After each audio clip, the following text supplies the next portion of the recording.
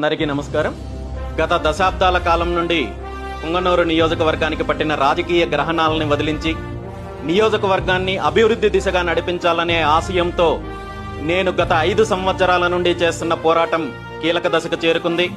ఈ నెల 25వ తేదీ అంటే గురువారము పుంగనూరు నియోజకవర్గ అసెంబ్లీ అభ్యర్థిగా బీసీవై పార్టీ తరపున నామినేషన్ వేయదలుచుకున్నాను.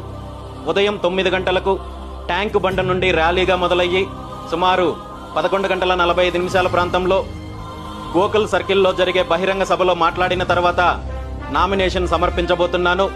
ఈ బహిరంగ సభలో పుంగనూరు నియోజకవర్గంలో జరుగుతున్న చీకటి రాజకీయ ఒప్పందాల గురించి, ప్రపంచానికి తెలియని అనేక నిజాల గురించి, అదేవిధంగా కొంతమంది పెద్ద మనుషులు అధికారాన్ని అడ్డం పెట్టుకుని చేసిన దౌర్జన్యాలు, దోపిడీలు, అరాచకాల గురించి ఆధారాలతో సహా పుంగనూరు నియోజకవర్గ ప్రజల ముందుకు తీసుకురాబోతున్నాను.